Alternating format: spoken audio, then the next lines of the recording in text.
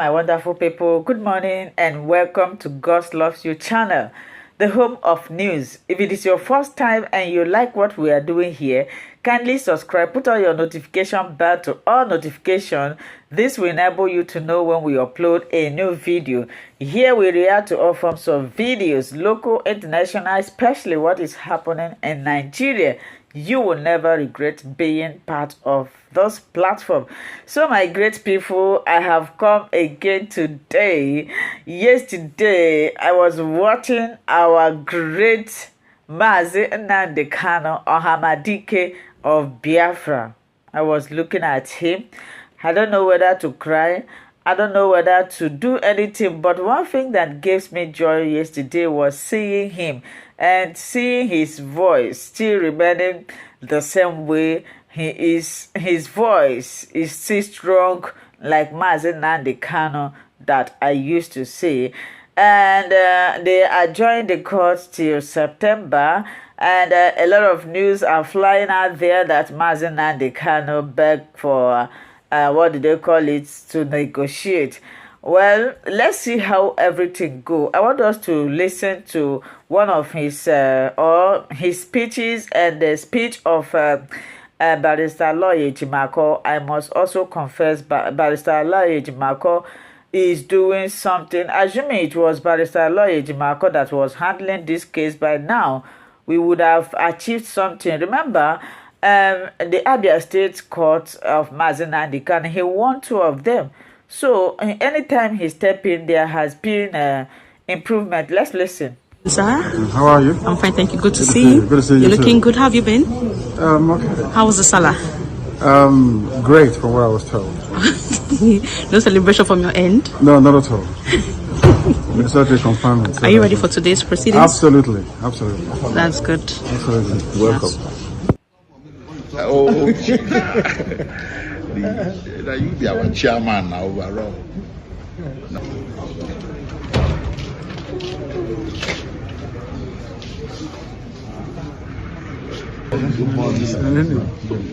Yeah. So I can wear insecurity. Insecurity, you are the only person that can address it. From my own assessment, I may be wrong. I'm telling you. That's the only person. Every other thing has failed. I don't say. So it requires your force of character. But I told them. Yeah, you've done that so many times. There have been insecurity when I'm out of this place. Then they know that. Yeah. No insecurity whatsoever. Well, I condemn any manner of killing. The soldiers. Every manner of killing I condemn in its entirety. I want people to understand that. Because IPOB was founded on a non-violent principle. And we maintain that up until this very day. And everything, of course. And some of these soldiers, we are told, are also our people. Is that correct? Yes. And the family is now in mourning. Yes. There's a suspicion of false flag. All the making of young widows is condemned in its entirety. I don't want it. I don't want anybody to die. Yes. We are fighting for freedom. Then how can we fight for death at the same time? It's not possible. We want people to be free. That's what we're fighting for. Nothing more. We've suffered a lot in Africa. I don't know if you know that. Africans have suffered from slavery in Arabia to slavery in Europe to slavery in America. So I think we should focus our time and devote it towards making sure that this continent stands up to what God promised it is going to be. And that's why we're doing what we are doing. Not the truncated version, but the whole thing. It's very important that you cover everything. She said, on what grounds do you intend to approach the federal government for negotiation in line with Section 17 of the Federal High Court Act? Exactly. Well, what you heard in court about Section 17 of the Federal High Court Act is simply what the National Assembly enacted. The National Assembly enacted at that Section 17 that reconciliation shall be promoted by the court between parties before the court, criminal or civil. So it so happened, and it came to pass that today that very issue was briefly considered in open court. So it is either for the court in its wisdom to initiate it and direct that parties do go and engage in such conversation, which the court did indirectly by not opposing it and by even suggesting it, or the parties themselves, either party, either the defendant or the prosecution, can initiate it.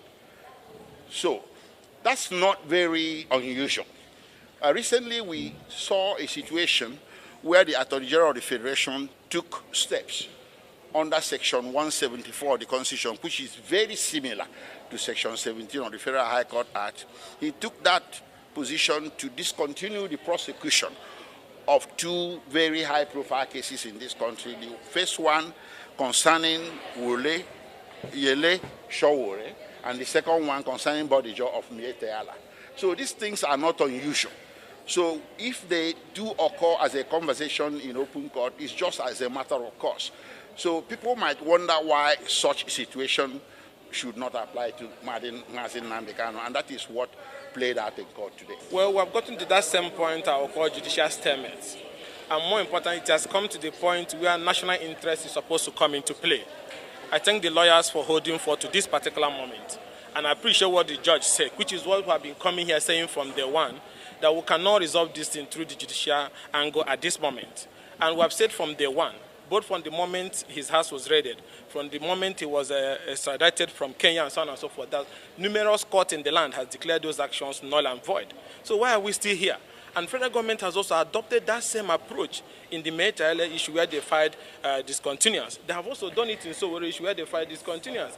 And when we had all these issues in Niger Delta, there was reconciliation and discussions. When we had all these issues, even in Northeast, there was the same issue. North Central, there was the same issue. So how come we have gotten to the Southeast, then nobody is having this conversation? So I'm pleased with the decision of the Federal High Court today. It's already there under Section 17, and it's also there under Section 174 of the 1999 Constitution that government can discontinue. And grounds for discontinue is national interest, public interest. And I represent the people. Likewise, my brother, other lawmakers from the Southeast. We can't go home most of the times.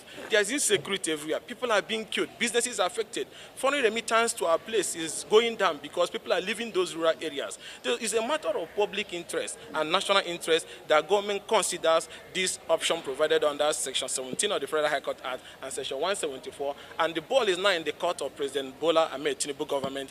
As somebody who wants to renew interest, it's time to renew interest in the Southeast by opening the gate and let Nnamdi Kanu go home. And let's now open the conversation for addressing the challenges that led to this issue. Yes. You to turn IPOB into a political pressure group, Onyendu refuse. Go and do your findings yourself. Onyendu refuse. And because of that, because he joined the IPOB because he wanted to make money, just like the criminals that he left in IPOB. All of these criminals, Uchechi, Ejiofor, Onakpongwe, Kenya Onakpongwe, Chiona Samoru, and the rest of them are loyal to Asari Dokubo. Forget the media stunt that they will come and say, we don't want to expose you, Asari Dokubo. Distance yourself from this. I say, they are loyal to him. We are the people, these criminals in DOS, not to distance themselves from Soludo. What happened at last? They lettered by themselves confess, the same people. Well, my people, you have heard. I would like us to go to comment section to talk about it. Thank you for watching.